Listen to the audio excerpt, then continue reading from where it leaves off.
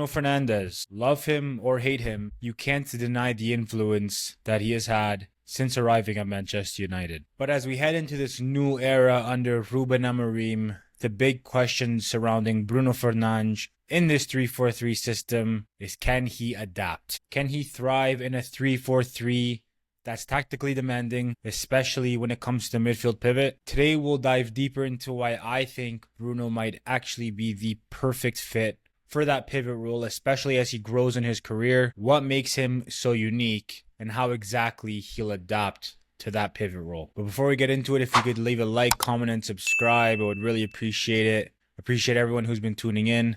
Now let's get back to it. So let's just begin with the numbers. In the 24-25 season, Bruno Fernandes recorded 8 goals and 10 assists in the Premier League. Here are a couple of his key stats. For me, this isn't just a creative number 10 like he was when he first joined Manchester United. For me, it's a midfielder who can have complete influence through every phase of the game. The way I see it right now on Ruben Amorim's 3-4-3 system heading into next season, unlike in the past when we played a 4-2 where Bruno used to sit right behind the striker, here, in my opinion, he'll start much deeper, particularly in games where we have a lot of the ball. There's a caveat to this though, and one that we'll get into a little bit later in the video. In order for this to work, in my opinion, Bruno will need to be positioned next to a true ball-winning midfielder. Someone who eats up ground for fun, someone with a top engine, and someone who can win a lot of midfield duels and battles. The reason for this, Bruno thrives in chaos, but Ruben Amorim's structure asks him to control that chaos. Something that I believe he's capable of doing, especially as he's maturing through his career. From those deeper positions, Bruno will be able to get on the ball a lot more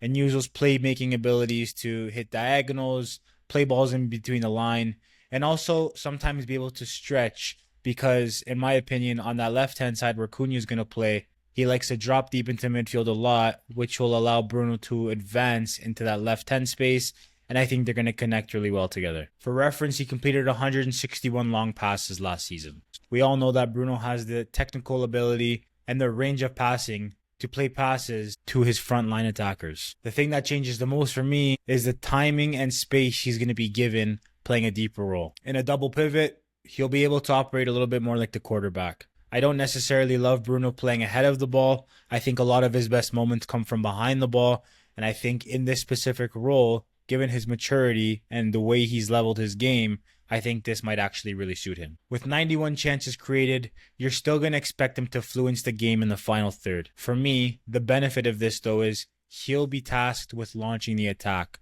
whereas in previous years, he's been tasked with finishing them. However, with the Cunha deal done and Mbeumo potentially being done hopefully soon, and Manchester United also looking to bring in a number 9, the burden of scoring goals should be taken away from Bruno, and he should be given the license to focus more on creating and playmaking, which in my opinion is what he excels at the most. But I want to talk a little bit about the stats that make Bruno Fernandes unique and that typically don't get spoken about when talking about this player in particular. 50 tackles won, 174 duels won, 26 interceptions, and 213 ball recoveries. If before this video or I was just reading out random stats, you wouldn't expect that from a player. You wouldn't expect those stats from a player who is tasked with probably being the most creative player on his team every single game, every single 90 minutes. Bruno Fernandes is a lot more than simply just a creator. Simply someone who floats in the half spaces, gets the ball in the final third, and creates. Like I said, he's an all-action midfielder. He's aggressive, he's relentless, and one thing you can never doubt when it comes to Bruno is that he will always work tirelessly for the team. Like I said, I believe with the quality additions in attack that Manchester United are looking to bring in this summer, he should be relied a lot less on for the goals and assists, and I think he can just impact the game from a more overall standpoint. Ruben Amorim wants his midfielders to press. He wants them to win second balls consistently. He wants his midfielders to be able to create defense and move that to attack as quickly as possible. His engine and his anticipation, in my opinion, will make him an elite midfielder, especially when United are looking to press high. So to understand Bruno's new role, if you will, we need to understand Ruben Amorim's structure. The 3-4-3.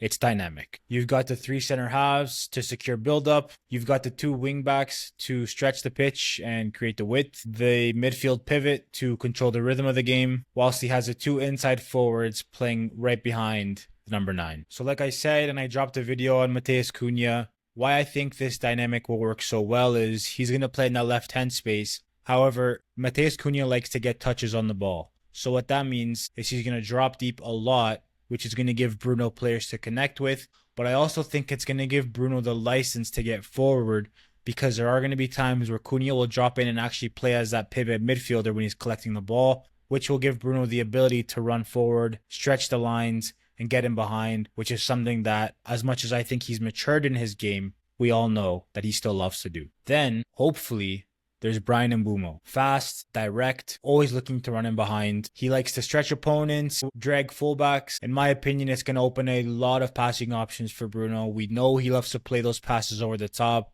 We know he has the quality to do so. I'm really excited for that combination if Manchester United can get that Bryan Mbeumo signing over the line. So let's go phase by phase. In the build-up phase, I think Bruno will look to drop into the left half spaces, and he'll be tasked with progressing the ball. I think he'll get on the ball a lot more in build-up than his midfield partner. In the middle third, he'll play more as like an orchestrator, or the quarterback, if you will. He'll be looking to play quick 1-2s with Cunha, perhaps playing balls in behind to Patrick Dorgu, and also being tasked with pushing the tempo when it's needed. In the final third, and this is where I think the change will make the biggest difference, especially in the attacking phases, I want Bruno to kind of sit outside the 18. There have been many times where Manchester United have been attacking, and Bruno loves to get into those left and right hand half spaces because he loves to get on the ball and whip balls into the box for attackers to try to get on the end of. For me, however, like I alluded to earlier in the video, I think Bruno is a lot more effective when he's behind the ball compared to when he's ahead of the ball. So when Bruno's tasked with running into those channels, I think a lot of times when he's isolated 1v1, it's not really where he excels at the most. With Bruno's elite ability to find the perfect end pass, and with his ability to strike the ball really, really well, I think him being tasked with sitting outside the 18, waiting to either one-touch pass into the box for forwards to run onto, or for him to take a touch, open his hips, and shoot the ball, I think it's going to suit him a lot better than him running into those channels, trying to beat fullbacks one-on-one. Which is why I don't necessarily believe that Bruno is a good fit for one of those 10 spots